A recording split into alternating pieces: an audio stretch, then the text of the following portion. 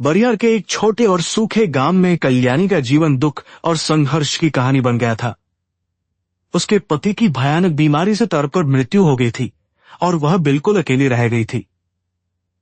किस्मत ने उसके सिर पर एक बहुत बड़ा संकट बोझ डाल दिया था, जिसे उठाना उसके लिए मुश्किल हो रहा था। झोपड़ी के कोने में बैठा उसका छोटा बेटा रोहन भूख से रो रहा था। कल्याणी की आंखों में आंसू है, लेकिन उसने अपने आंसू है को पी लिया और अपने बेटे के खून भविष्य को सत्ताहारने की एक बहुत बड़ी किस्म हाई।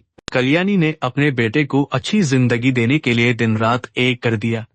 वह चिलचिलाती धूप में जमींदार के खेतों में कड़ी मेहनत करती थी और उसके हाथ मिट्टी और कांटों से कर जाते थे।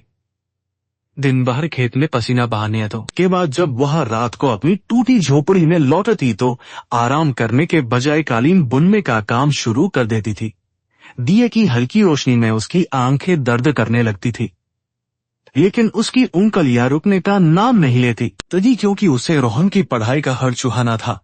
हरी भी इतनी भयानक थी कि उनके घर में 2 वक्त की रोटी का इंतजाम करना भी एक बड़ा सपना लगता था। कल्याणी एक सरहद को भूखा मार लेती थी ताकि उसके बेटे को पूरा खाना मिल सके। वह अपनी थाली का खाना रोहन को देती और मुस्कुराकर जो बोलती कि उसने पहले भरपेट खाना खा लिया है। भूख के कारण उसका शरीर कमजोर और हड्डियों का ढांचा बन रहा था, लेकिन जब वह अपने बेटे को किताबें पढ़ते हुए देखती तो उसकी सारी थकान और भूख पल भर में गायब हो जाती थी। समय बीतता गया और रोहन अपनी पढ़ाई में बहुत ही तेज और होनहार साबित होने लगा। शिक्षकों का कहना था कि वह लड़का एक दिन अपनी मां का नाम जरूर रोशन करेगा, लेकिन एक दिन स्कूल के हेडमास्टर ने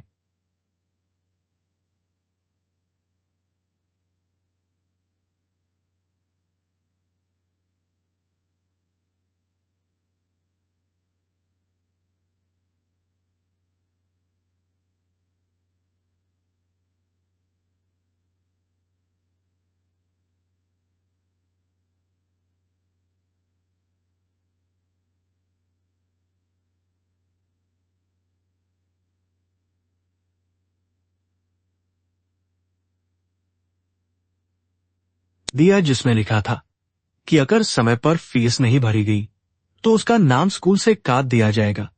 रोहन वह कागज लेकर रोता हुआ घर आया और अपनी मां की गोद में सिर रखकर फूट फूट कर रोने लगा। कल्याणी के लिए यह खबर किसी बाजी बड़े तूफान से कम नहीं थी। कल्याणी के पास कोई भी पैसा नहीं बचा था और गांव में किसी ने भी उसे कर्ज देने से साफ इनकार कर दिया था। हार मानकर उसने अपने पुराने लकड़ी के बक्से को खोला और उसमें से सोने की 2 चूड़ियां निकाली। यह चूड़ियां उसकी मां की आखिरी निशानी थी, जिन्हें उसने बहुत ही संभाल कर रखा था। अपनी आंखों में आंसू भरकर उसने उन चूड़ियों को गांव के सुनार को बेच दिया।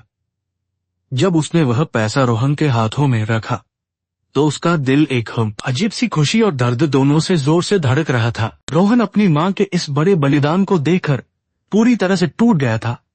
उसने अपनी मां के आंसुओं को अपने छोटे हाथों से पोंछा और उसे कसकर गले लगा लिया। रोहन ने अपनी मां की आंखों में देखते हुए कहा कि वह एक दिन ही बहुत बड़ा आदमी बनेगा और उनके लिए एनतम का एक बहुत बड़ा और पक्का घर बनाएगा। उसने वादा किया कि वह अपनी मां को कभी भी दुख नहीं देगा और उनकी हर जरूरत को पूरा करेगा। कल्याणी ने मुस्कुराकर अपने बेटे के माथे चढ़ को। कल्याणी का प्यार अपने बेटे के लिए एक अंधे विश्वास में बदल चुका था, जहां उसे रोहन में कोई भी कमी नजर नहीं आती थी। उसे लगता था कि उसका बेटा दुनिया का सबसे अच्छा इंसान है जो कभी बदल नहीं सकता। वह नहीं जानती थी कि भाग्य और कर्म का खेल बहुत अजीब और निर्मम होता है। इंसान का मन समय और हालात के साथ कैसे बदल जाता है, यह कोई नहीं सोच सकता। कल्याणी अपने सपनों की दुनिया में जी रही थी, जहां केवल उसका बेटा और उसका सुनहरा भविष्य ही सब कुछ था। लगातार काम करने और ठीक से खाना न खाने के कारण कल्याणी की सेहत बहुत तेजी से नकान होने लगी थी। उसके बाल सफेद हो गए थे और चेहरे पर उम्र से पहले ही गहरी झुर्रियां पड़ गई थी। उसकी कमर दर्द से झुक गई थी, लेकिन उसके चेहरे की वह ममता भरी मुस्कान कभी गायब नहीं हुई। जब भी गांव के लोग उसे थोड़ा आराम करने की सलाह देते, तो वह केवल यही कहती कि उसके आराम करने का समय तब आएगा जब उसका रोहन एक बहुत बड़ा साहब बनकर शहर से वापस लौटेगा। जैसे जैसे रोहन की स्कूल की पढ़ाई खत्म होने का समय पास आ रहा था, कल्याणी ने उसके शहर जाने की तैयारी शुरू कर दी थी। वह जानती थी कि शहर में पढ़ाई करने के लिए बहुत पैसों की जरूरत पड़ेगी, इसलिए उसने अपनी बूढ़ नींद और आराम को पूरी तरह से त्याग दिया और रात दिन बस काम ही करती रही। उसने अपनी जरूरतों को बिल्कुल खत्म कर दिया था और पाई पाई जोड़कर एक छोटे से कपड़े की थैली में जमा करने लगी थी। वह थैली उसके लिए केवल तो पैसा नहीं बल्कि उसके बेटे का पूरा भविष्य थी। रोहन के शहर जाने से एक रात पहले कल्याणी बिल्कुल भी सो नहीं पाई और बेचैनी से टरवटें बदलती रही।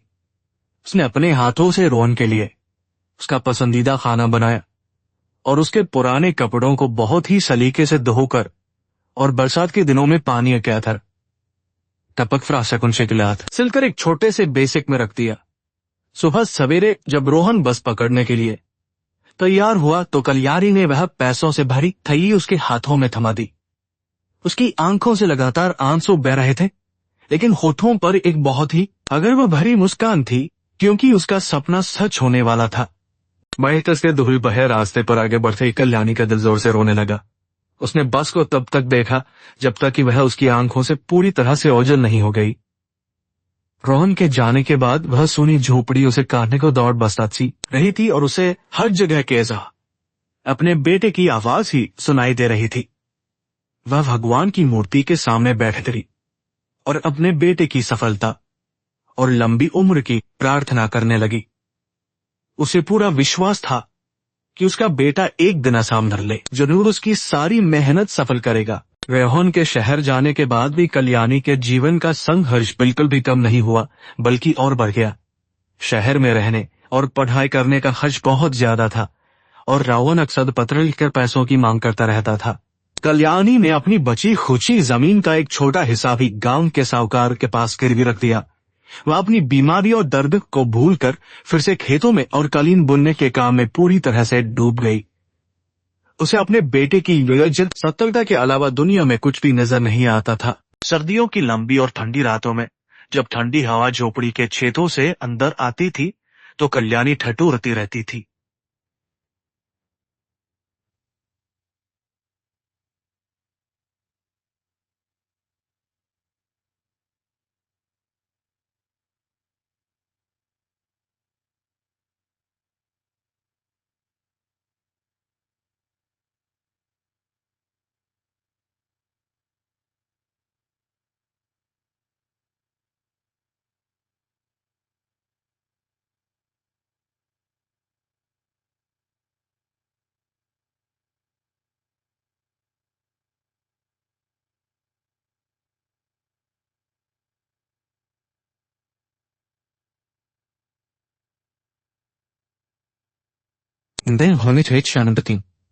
लेकिन जब वह रोहन के भेजे हुए पत्रों को अपने सीने से लगाती थी तो उसे एक अजीब सी गर्मी और सुकून मिलता था। वे पत्र उसके लिए किसी खजाने से बिल्कुल भी कम नहीं थे। वह गांव के आर लोगों को वे पत्रों के फर्ज सुनाने के लिए कहती और खुशी से फूली नहीं समाती थी। कल्याणी की दुनिया केवल उसके बेटे के इर्द गिर्द ही घूम रही थी और वह भविष्य के किसी खतरे से अनजान थी। वह नहीं जानती थी कि शहर की चकलचौंध और वहां की दुनिया उसके सीधे साधे बेटे को किस तरह बदल रही है। जैसे जैसे समय बीत रहा था, रोहन के पत्रों की संख्या धीरे धीरे कम होने लगी थी और उनमें लिखा जाने वाला प्यार भी कम हो रहा था। लेकिन एक अंधी और प्यार करने वाली मां के रूप में कल्याणी ने इन सभी बातों को हमेशा नजरअंदाज किया और केवल भगवान पर पूरा भरोसा रखा। गांव के सरपंच रामू काका कल्याणी की इस हालत को देखकर अक्सर बहुत ही ज्यादा दुखी और चिंतित हो जाते थे। वह उसे समझाते थे कि उसे अपने स्वास्थ्य का भी ध्यान रखना चाहिए और इस तरह अपनी जान से नहीं खेलना चाहिए। लेकिन कल्याणी हमेशा हंसकर उनकी बातों को टाल देती थी और कहती थी कि एक माँ का जीवन केवल उसके बच्चों के लिए ही होता है। उसे पूरा यकीन था कि एक दिन उसका रोहन वापस आएगा और अपनी मां को एक बहुत बड़ी गाड़ी में बिठाकर शहर ले जाएगा, जहां वह हमेशा सुख से रहेगी। नई दिल्ली का रेलवे स्टेशन रोहन के लिए एक बिल्कुल ही अलग और अजीब दुनिया की तरह था। वहां की ऊंची इमारतें और गाड़ियों की लंबी कतारें देखकर और उसकी आंखें फटी की फटी रह गई थीं।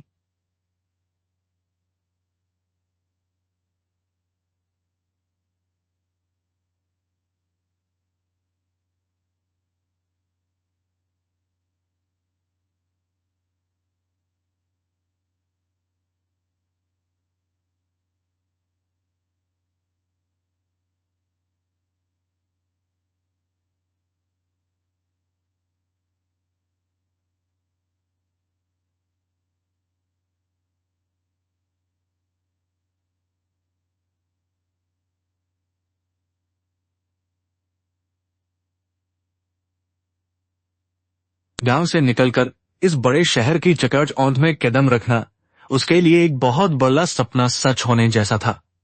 लेकिन इस चमक दमक के बीच उसे अपनी पुरानी और फटी हुई चप्पलें बहुत ही अजीब और शर्मनाक लगने लगी थी। यह शहर बुआंग उसके गांव की सादगी से बिल्कुल अलग और बहुत ही ज्यादा डरावना था। बुलम के पूर्व में विश्वविद्यालय पहला दिन रोहन के जीवन में एक बहुत ही गहरा और कभी न मिटने वाला प्रभाव छोड़ गया। वहां के छात्र महंगी और चमचमाती गाड़ियों में आते थे और उनके कपड़े विदेशी और बहुत ही महंगे ब्रांड के होते थे।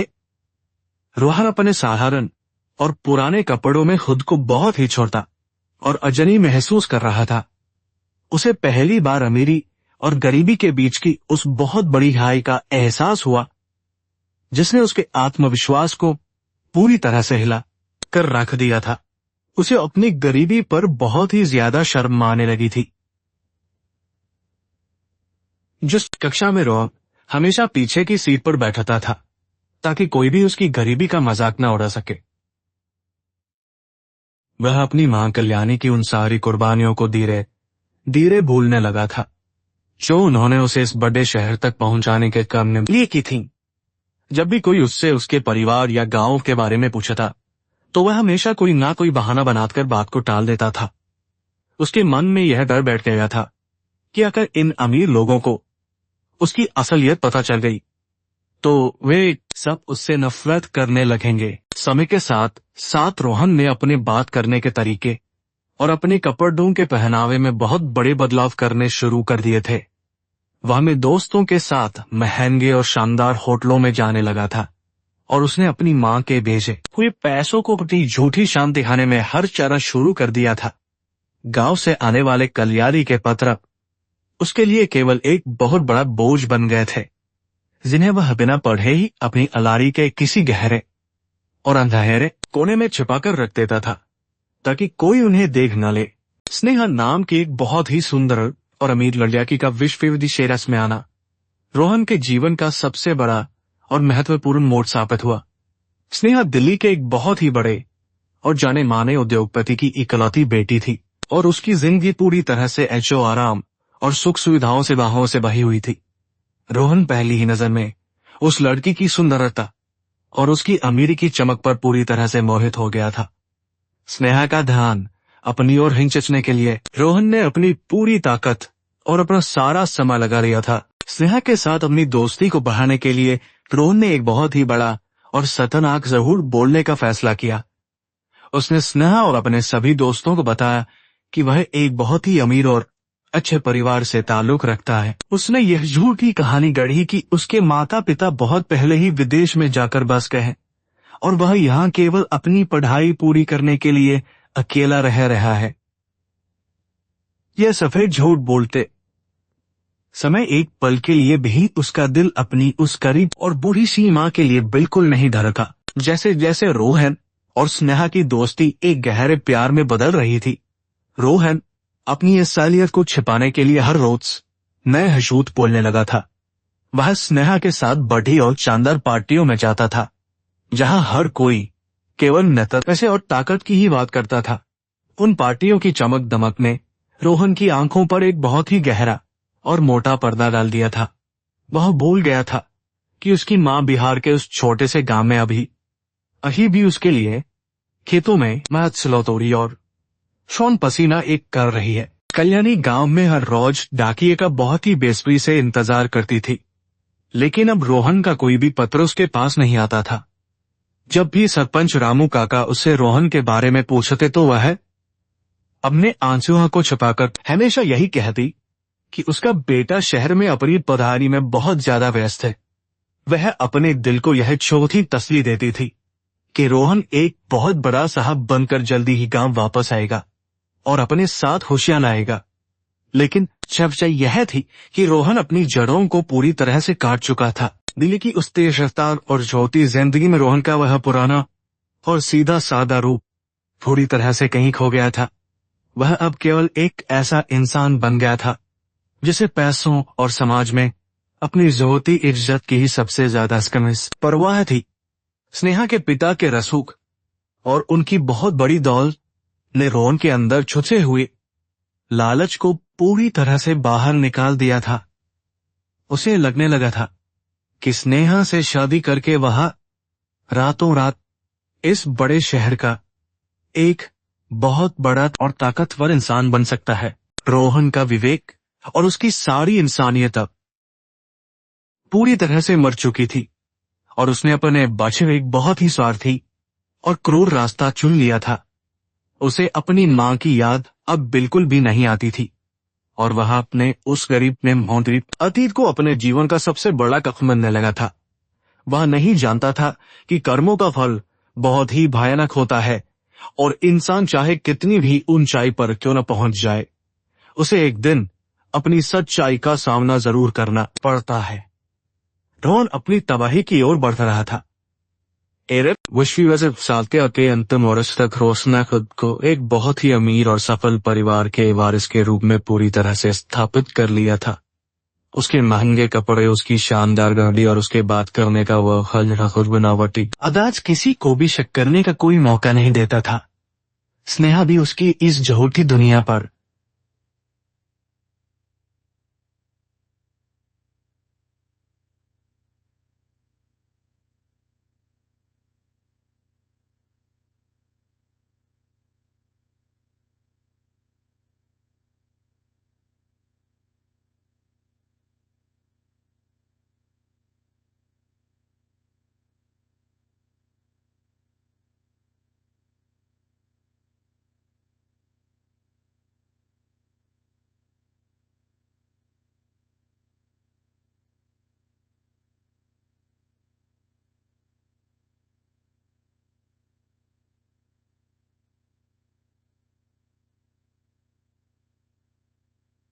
शानदार दुनिया को टूटने नहीं देना चाहता था। एक दिन स्नेहा ने रोहन से कहा कि वह उसके माता पिता से मिलना चाहती है ताकि वे अपनी शादी की बात को आगे बढ़ा सके।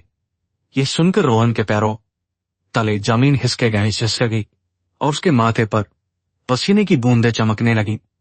उसने छप्पन चमके बहुत ही चालाकी से अपने चेहरे के भावों को छुपाया और एक नया झूठ बोलते हुए कहा कि उसके माता पिता एक बहुत बड़ी दुर्घटना में मारे गए हैं। यह बहुत ही भयानक झूठ बोलते समय रोहन की आत्मा थोड़ी सी भी नहीं कांपी और उसने अपनी मां को हमेशा के लिए मार दिया। जो स्टफनी बल्कि ये स्नेहा ने रोहन के इस बहुत बड़े झूठ को पूरी तरह से सच मान लिया और उसकी आंखों में आंसू आ गए। उसने रोहन को गले लगा लिया और उसे पूरा भरोसा दिलाया कि वह और उसका परिवार हमेशा उसके साथ खड़े रहेंगे और उसे कभी भी अकेला महसूस नहीं होने देंगे। रोहन ने भी जहूढ़े आंसू बहाए और स्नेहा के प्यार का बहुत ही घटिया और नीच फायदा उठाया। उस रात जब रोहन अपने शानदार कमरे में अकेला था तो उसे पहली बार अपनी इस नीचता पर थोड़ी सी भी शर्मिंदगी या पछतावा महसूस नहीं हुआ। गमा में कल्याणी की हालत दिन पर दिन बहुत खराब और धीरे होती जा रही थी। उसकी आंखों की रोशनी कम होने लगी थी और उसे अब सब कुछ धुंधला दिखाई देने लगा था। उसके पास अब खाने के लिए कुछ नहीं बचा था और वह केवल जग पानी पीकर अपने दिन गुजार रही थी।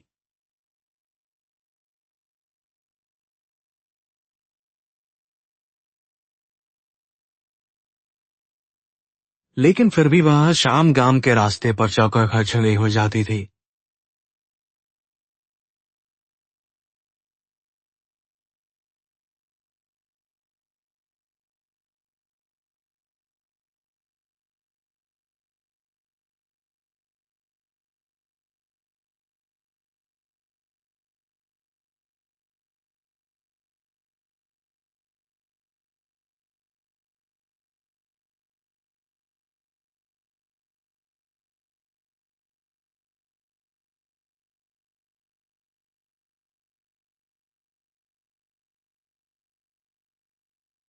हुआ था फ्लॉकेरियोफ्टेडवन करीब रूपराना। रोहन ने अब गांव के अपने उस छोटे से पते पर कोई भी पत्र या पैसा भेजना बंद कर दिया था। उसने अपने पुराने फोन नंबर को भी हमेशा के लिए बदल दिया था ताकि कोई उसे जोड़ ना सके। उसने अपने अतीत के सारे दरवाजे बेरहमी से बंद कर दिए थे और अपने नए मीर भविष्य की ओर कदम बढ़ा दिए थे। स्नेहा के पिता ने भी रोहन की इस छोटी कहानी पर विश्वास कर लिया था और वे अपनी बेटी की शादी उसे करने के लिए तैयार हो गए थे।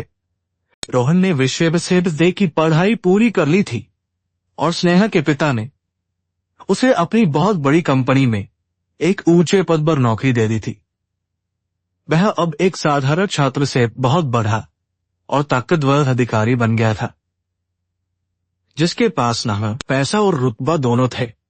वातानुकूलित दफ्तर में बैठकर वह अक्सर पर बहुत गर्व करता था, लेकिन उसके मन के किसी अंधेरे कोने में अभी भी अपनी सच्चाई छिपने का डर बना रहता था, जिसे वह शराब और पार्टियों के शोर में दबा देता था। स्नेहा और रोहन की शादी की तारीख पक्की हो गई थी और पूरे दिल्ली शहर में इस शानदार शादी की चर्चा हो रही थी। स्नेहा के पिता ने शहर का सबसे महंगा और आलीशान होटल इस बड़े समारोह के लिए बुक किया था, जहां पानी की तरह पैसा बहाया जा रहा था। रोहन ने अपने सभी नए अमीर दोस्तों को बुलाया था, लेकिन उसने अपने अतीत के हर दरवाजे को बहुत ही मजबूती से बंद कर दिया था। उसने एक बार फिर पूरे आत्मविश्वास के साथ झूठ बोला कि दुनिया में उसका कोई भी अपना सगा रिश्तेदार नहीं है। शादी वाले दिन रेहन ने बहुत ही महंगी और सुनहरी शेरवानी पहनी थी, जो किसी राजा की पोशाक जैसी लग रही थी। उसके गले में मोतियों की माला और सिर पर एक बहुत ही शेरदार पगड़ी सजी हुई थी। जब वह घोड़ी पर बैठकर मंजर की तरफ बढ़ रहा था, तो उसके चेहरे पर एक बहुत ही झूठी और बनावटी मुस्कान छाई हुई थी। स्नेहा भी लाल रंग के बहुत ही सुंदर और भारी लहंगे में एक अप्सरा की तरह लग रही थी। दोनों एक दूसरे के हाथ में हाथ डालकर अपने नए और अमीर जीवन की शुरुआत कर रहे थे। जोरेत अंबानी मंच में बैठे हुए जब पंडित जी मंत्र पढ़ रहे थे और माता पिता को याद करने की रस्म आई, तो रोहन का दिल एक पल के लिए भी नहीं कांपा। उसने बहुत ही शक्ति और बेशर्मी से अपने माता पिता के स्वर्गवास की झूठी कहानी फिर से दोहरा दी और रस्म को पूरा किया। स्नेहा के पिता ने ही उसके लिए सारी रस्में निभाई और उसे अपने सगे बेटे से भी ज्यादा प्यार और सम्मान दिया। आग के चारों तरफ फेरे लेते हुए रोहन ने अपनी उस बूढ़ी और कौमकी माने ठगरी माँ को हमेशा के लिए अपने दिल और दिमाग से निकाल दिया था। दिल्ली में जहां एक तरफ बहुत ही शानदार दावत और संगीत का जश्न चल रहा था, वहीं दूसरी तरफ बिहार के उस छोटे और सूखे गांव में कल्याणी की झोपड़ी में खौफनाक सन्नाटा पसरा हुआ था। कल्याणी की आंखों की रोशनी अभियो लगाकर पूरी तरह से जा चुकी थी और वह केवल टटोल कर ही अपने काम कर पाती थी। उसके कमजोर और बीमार शरीर में अब इतनी ताकत नहीं बची थी कि वह खेतों में जाकर मजदूरी कर सके या रात भर जागकर कालीन बुन सके। वह पूरी तरह से अकेली और बेसहारा हो गई थी। कल्याणी की हालत इतनी खराब हो गई थी कि अब उसे 2 वक्त की सूखी रोटी भी नसीब नहीं होती थी। गांव के कुछ दयालु लोग कभी कभार उसे थोड़ा बहुत खाना दे जाते थे, जिससे उसकी सांसें चल रही थी, लेकिन इन सब तकलीफों के बावजूद उसके होठों पर कभी भी अपने बेटे रोहन के लिए कोई शिकायत या बददुआ नहीं आई। जब भी कोई रोहन को बुरा भला कहता, तो वह तुरंत गुस्सा हो जाती और अपने बेटे का बचाव करते हुए कहती कि उसका रोहन बहुत ही संस्कारी और आज्ञाकारी बेटा है, जो जरूर वापस आएगा। हर शाम जब सूरज डूबने लगता था, तो कल्याणी अपनी लाठी के सहारे धीरे धीरे गांव के उस धूल भरे रास्ते पर जाकर बैठ जाती थी जहां से रोहन बस में बैठकर शहर गया था। उसकी धुंधली आंखें दूर तक उस खाली रास्ते को सापन निहारती रहती थीं और उसे हर आहट में अपने बेटे के कदमों की आवाज सुनाई देती थी। जब रात का अंधेरा गहराने लगता और ठंड बढ़ने लगती तो वह निराश होकर वापस अपनी टूटी झोपड़ी में लौट आती। लेकिन अगले दिन फिर से उसी उम्मीद के साथ रास्ते पर जाकर बैठ जाती थी। गांव के सरपंच रामू काका कल्याणी के संदेह और पागलपन की हद तक जाने वाले प्यार को देखकर बहुत ही ज्यादा दुखी होते थे। उन्होंने कई बार कल्याणी को समझाने की कोशिश की कि शहर की चकाचौंध ने उसके बेटे को अंधाते हुए कर दिया है और अब वह कभी भी इस गरीब गांव में लौटकर नहीं आएगा। लेकिन कल्याणी अपने कानों पर हाथ रख लेती थी और रोते हुए कहती थी कि एक माँ का दिल कभी झूठ नहीं बोल सकता और उसका बेटा एक दिन एक बहुत बड़ी न्यूर गाड़ी में बैठकर उसे लेने जरूर आएगा। दिल्ली में रोहन और स्नेहा अपनी शादी के बाद एक बहुत ही बड़े और शानदार बंगले में रहने लगे थे, जहां दर्जनों नौकर उनकी सेवा में हर समय हाजिर रहते थे। रोहन अब पूरी तरह से एक अमीर और गमंजी उद्योगपति बन चुका तथा जिसे गरीबों और मजदूरों से सख्त नफरत थी। वह अपनी कंपनी में काम करने वाले छोटे कर्मचारियों के साथ बहुत ही बुरा और कठोर व्यवहार करता था। वह पूरी तरह से भूल चुका था कि वह खुद भी एक ऐसी ही गरीब और मजदूर माँ की कोख से पैदा हुआ था। जैसे जैसे समय बीत रहा था, रोहन के अंदर का गमंज और भी ज्यादा बढ़ता जा रहा था और उसने अपने पुराने जीवन से जुड़ी हर छोटी सी छोटी याद को भी मिटा दिया था। लेकिन कभी कभी रात के सन्नाटे में जब वह अकेला होता था तो उसे अपनी माँ की वह कमजोर और कंपी हुई आवाज सुनाई देती थी। वह घबराकर पसीने से भीग जाता था और तुरंत शराब की बोतल खोलकर पीने लगता था ताकि वह अपनी उस डरावनी सच्चाई और अपने बहुत बड़े पाप को भूल सके। वह अपनी ही बनाई छोटी ही दुनिया का कैदी बन गया था। बिहार के उस छोटे गांव में अचानक एक बहुत ही भयानक और विनाशकारी बाढ़ चली। आगे एरेगोरिक साइसोन से कुछ तबाह कर दिया। लगातार कई दिनों तक होने वाली बारिश ने गांव की कच्ची सड़कों और खेतों को पूरी तरह से डुबो दिया था। कल्याणी की वह पुरानी और टूटी हुई झोपड़ी भी पानी के तेज बहाव को नहीं सह सकी और भर भर कर गिर गई।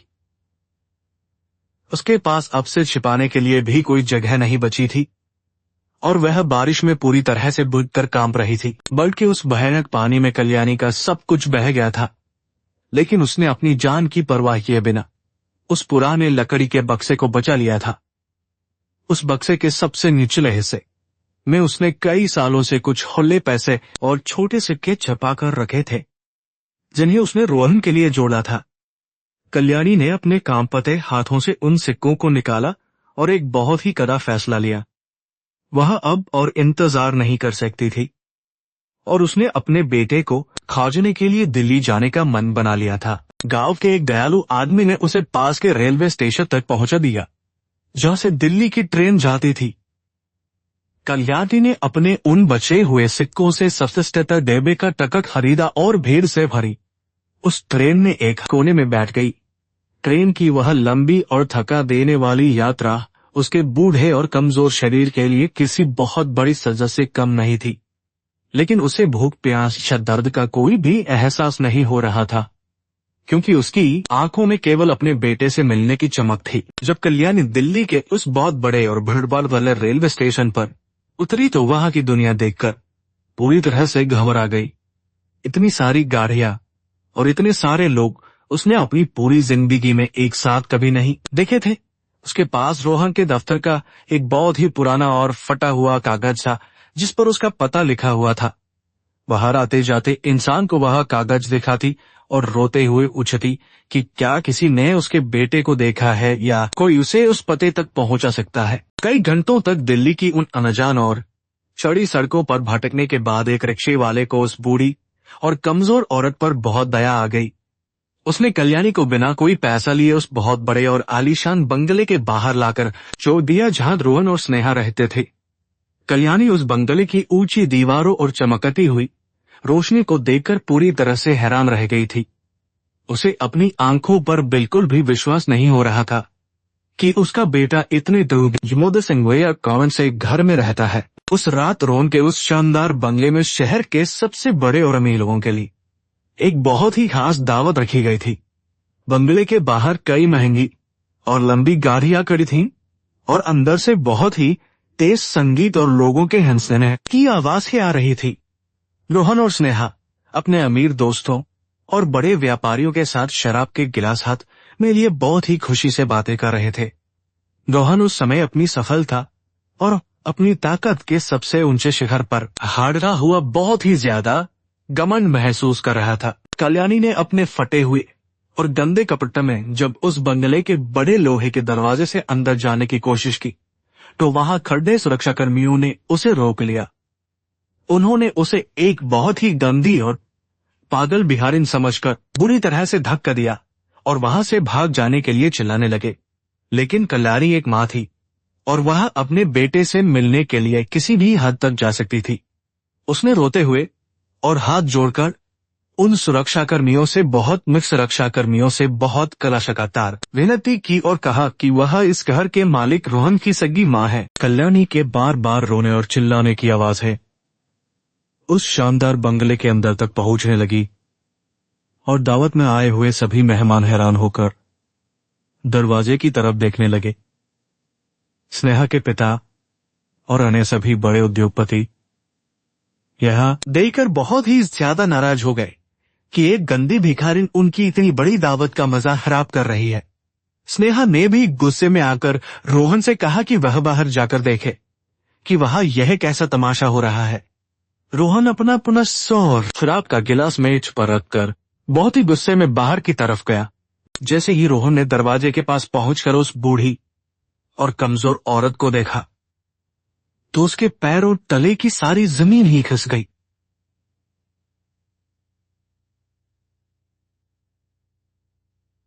वह अपनी उस मां को तुरंत पहचान गया जिसने उसे अपना खून पिलाकर इतना बाल किया था।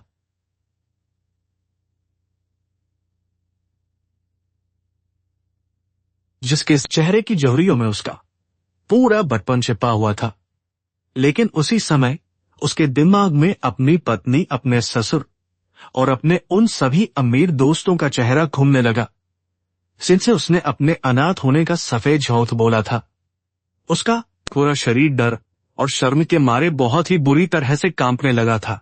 कल्याणी ने जैसे ही अपने बेटे को देखा तो उसकी आंखों से खुशी के आंसू बहने लगे और वह अपने कांपते हाथों को आगे बढ़ाकर उसे गले लगाने के लिए दौड़ी। उसने रोते हुए कहा कि वह अपने बेटे से मिलने के लिए बहुत दूर से आई है और अब वह उसके बिना एक पल भी जिंदा नहीं रह सकती। लेकिन रोहन ने बहुत ही बेरहमी से अपनी मां को धक्का दे दिया और सबके सामने चिल्लाकर कहा कि वह इस गंदी और पागल भिखारिन को बिल्कुल नहीं जानता और सुरक्षाकर्मी उसे तुरंत यहां से बाहर फेंक दे। रोहन के वे क्रूर और जहरीले शब्द कल्याणी के दिल में किसी बहुत तेज और नुकीले खंजर की तरह गहरे उतर गए थे। जिस बेटे के लिए उसने अपनी पूरी जवानी, अपनी खुशियां और अपना शरीर तक मिटा दिया था, आज वही बेटा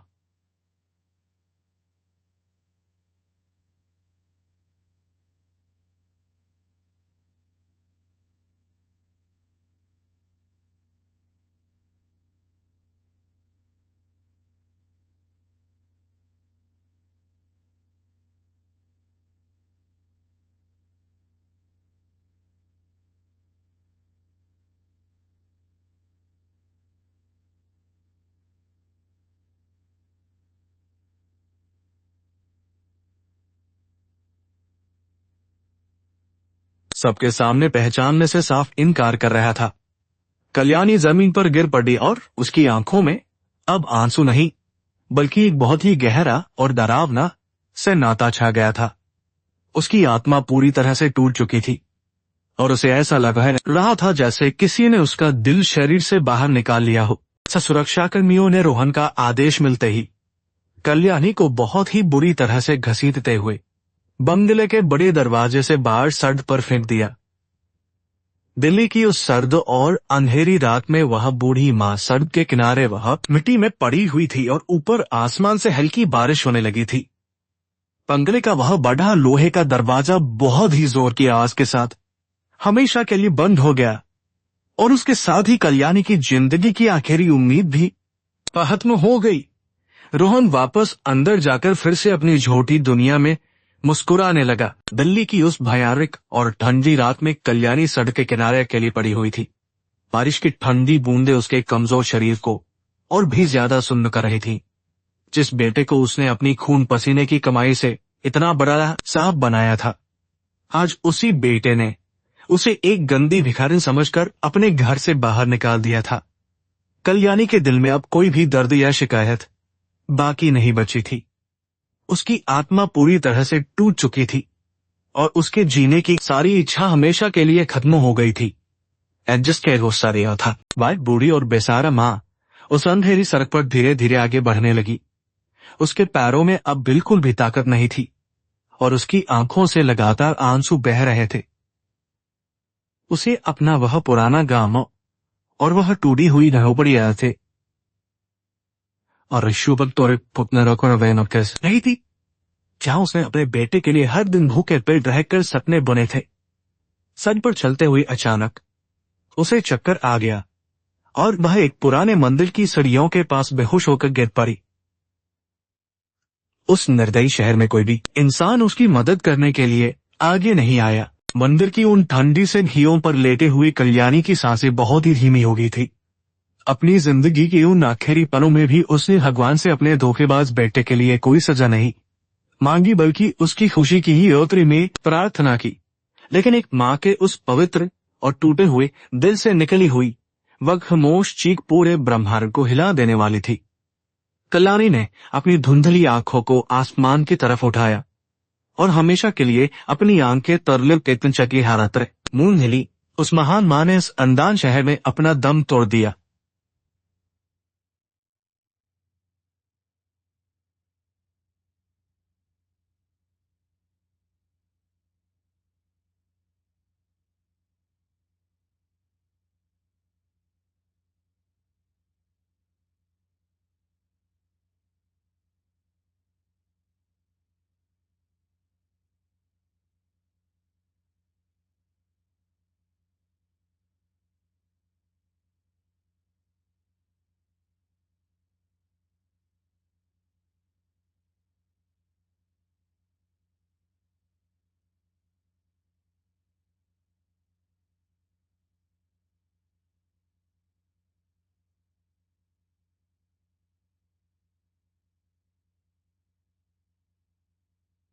उधर शानदार बंगले के अंदर नयति ने अपना भयानक खेल खेलना शुरू कर दिया था। दावत में आए हुए मेहमानों में से एक आदमी रोहन के गांव के पास वाले शहर का रहने वाला था। उसने उस बूढ़ी औरत को दरवाजे से बाहर निकाले जाते हुए बहुत ध्यान से देखा था और वह कल्याणी को पहचान गया था।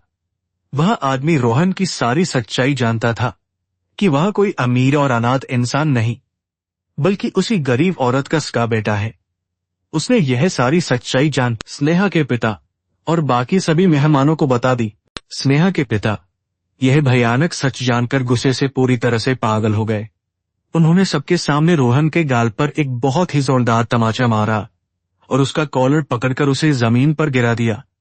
उन्होंने चिल्लाकर कहा कि बात जिस नीच इनान ने अपनी सगी माँ को इस तरह से सड़क पर फेंक दिया, वह कभी भी किसी और का सगा नहीं हो सकता। रोहन का वह सारा झूठा गंज और उसकी बनाई हुई वह अमीर दुनिया ताश के पत्तों की तरह एक ही पल में पूरी तरह से बिखर कर जमीन पर गिर गई। चेहरे वगैस स्नेहा ने जब अपने पति की नीचता और उसके भयानक जड़ों के बारे में सुना तो उसे रोहन से बहुत ही ज्यादा नफरत हो गई। उसने अपने गले से वह कीमती मंगलसूत्र और अपने सारे गहने उतार कर रोहन के मुंह पर दे मारे। स्नेहा ने रोते हुए कहा कि वह एक ऐसे राक्षस के साथ एक पल भी नहीं रह सकती जिसने अपनी जन्म देने वाली माँ का इस तरह से अपमान किया हो। उसने तुरंत उसी समय रोहन से सारे रिश्ते तोड़ दिए और उसे तलाक देने का बहुत ही कड़ा फैसला कर लिया। स्नेहा के पिता ने तुरंत अपने सुरक्षा कर्मियों को बुलाया और उन्हें एक बहुत ही कड़ा आदेश दिया। उन्होंने कहा कि इस धोखेबाज और घटिया इंसान को तुरंत मेरे घर और मेरी कंपनी से बाहर निकाल फेंको। रोहन के पास न तो वह बड़ी नौकरी थी, न वह आलीशान घर और न ही बैंक में कोई पैसा बचा था। सुरक्षाकर्मियों ने ठीक उसी तरह रोहन को घसीटते हुए बंगले के बड़े दरवाजे से बाहर सड़क पर फेंक दिया, जैसे उसने कुछ देर पहले अपनी सगी मां के साथ किया था। कर्मों का फल उसे तुरंत मिल गया था। सड़क पर गिरते ही रोहन के दिमाग से दौलत और घमंड का वह सारा नशा एक ही पल में पूरी तरह से उतर गया। उसे अपनी उस महापाप का एहसास हुआ जिसने उसकी जिंदगी को पूरी तरह से बर्बाद कर दिया, तथा वह पागलों की तरह उस अंधेरी और बारिश वाली सड़क पर अपनी मां को झोरिथले के लिए भागने लगा। वह जोर जोर से रोते हुए कल्याणी का नाम पुकार रहा था, लेकिन वहां केवल रात का भयानक सन्नाटा और बारिश की तेज आवाज ही मौजूद थी। रोहन ने पूरी रात दिल्ली की उन अनजान और खतरनाक सड़कों पर अपनी मां को खोजते हुए गुजार दी। वह हर बस स्टैंड, हर मंदिर और हर चौराहे पर जाकर लोगों से उस बूढ़ी औरत के बारे में पूछता रहा, लेकिन किसी ने भी उसे कोई जवाब नहीं दिया। अगले कई दिनों तक वह बिना कुछ हायल प्रिय पागलों की तरह पुलिस थानों और सरकारी अस्पतालों के चक्कर काता रहा। उसकी हालत बिल्कुल एक भिखारी जैसी हो गई थी और उसके महंगे कपड़े पूरी तरह से फटकर कीचड़ में सन गए थे। कई दिनों की भयानक और थका देने वाली खोज के बाद रोहन को एक बहुत ही पुरानी और छोटी सी सरकारी संस्था के बारे में पता चला जो लावारिस लाशों का अंतिम संस्कार करती थी। जब वह उस संस्था के कार्यालय में गया तो वहां के एक अधिकारी ने उससे बताया कि कुछ दिन पहले उन्हें मंदिर की सड्डियों के पास एक बूढ़ी औरत की लाश मिली थी। अधिकारी ने बताया कि ठंड और गहरे सदमे के कारण उस औरत की मौत हो गई थी और उन्होंने एक लावारिस समझकर उसका अंतिम संस्कार कर दिया है। यह खौफनाक खबर सुनते ही रोहन के पैरों तले से जमीन खिसक गई और वह वहीं फर्शों पर घुटनों के बल गिर पड़ा। अधिकारी ने एक छोटा सा और बहुत ही सस्ता मिट्टी का घड़ा रोहन के हाथों में थमा दिया, जिसमें कल्याणी की फर्शों पर आंख और कुछ हड्डियां रखी हुई थीं।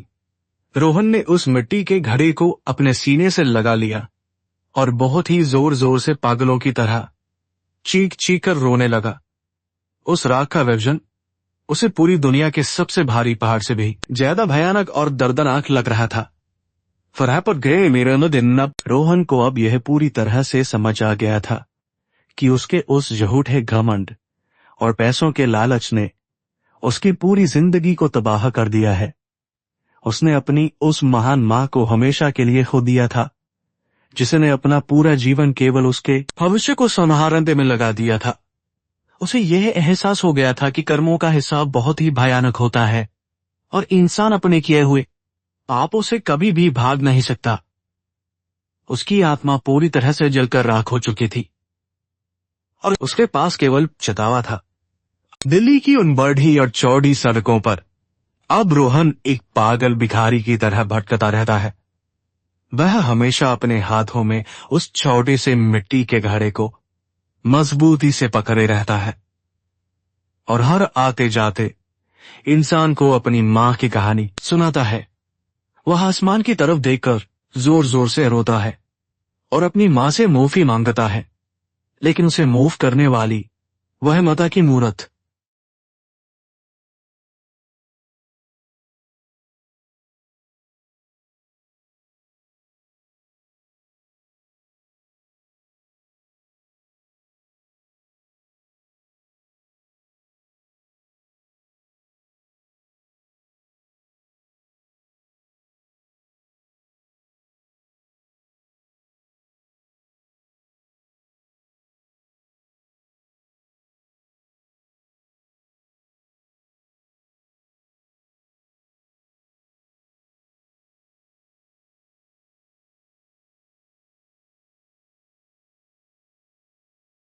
भयानक फल की याद दिलाती है।